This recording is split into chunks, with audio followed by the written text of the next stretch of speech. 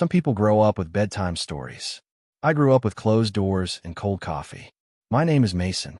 I'm 25, and for most of my life, I tried to prove to my parents that I was worth loving, that I wasn't just something they made, but someone they could see.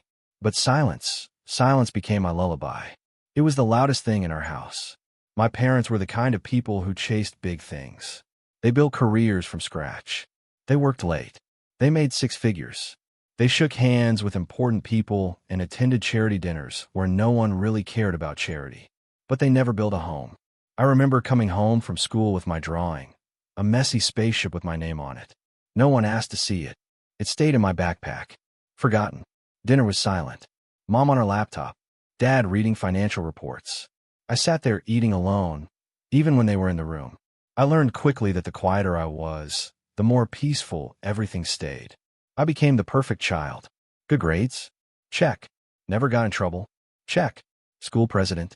Debate team captain? Volunteer hours? All of it. But not once did they say, "We're proud of you." Instead, I heard, "That's what's expected.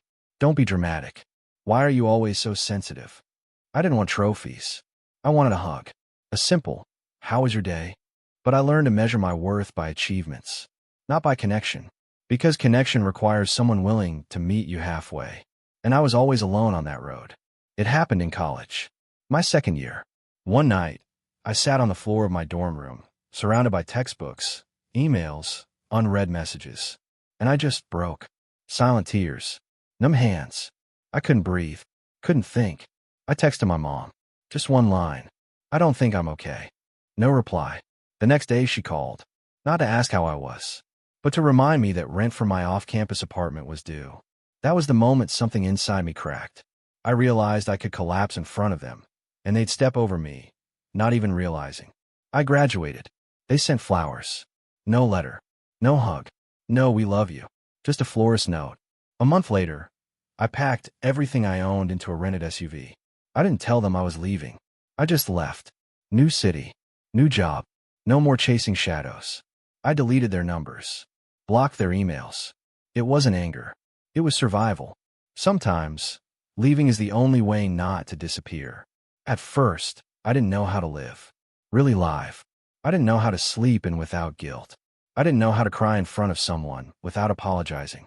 I didn't know how to laugh without wondering if I was being too loud. But then I met her. Ella. She was warmth where I'd only known frost. She asked questions and actually listened. She didn't flinch when I told her I hadn't spoken to my parents in over a year. She just said, "I'm glad you're here." And that sentence meant more than anything I'd ever heard.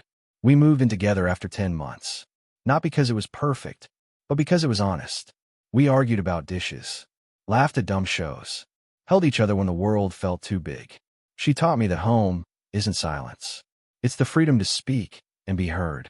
One night, I told her everything. The backpack with the drawing, the cold dinners, the panic attacks, the absence that wore my parents' faces. And she just held me. No advice, no fixing, just presence.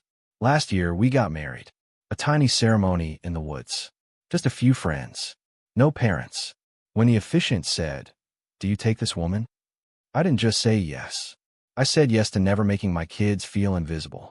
I said yes to being present, to answering the hard questions, to bedtime stories and Sunday pancakes. Because you don't have to repeat the silence you were born into. You can build a new sound, one filled with laughter, music, and love. Sometimes I still write to them. Letters I never mail. Letters like, "You missed everything. I waited for you for 20 years. I forgive you, but I can't come back." I read them once, then burn them. It's not hate. It's release. I don't need them to see me anymore. I see myself, and I like who I'm becoming. The silence they gave me, it hurt. It scarred. It nearly swallowed me. But I made something of it.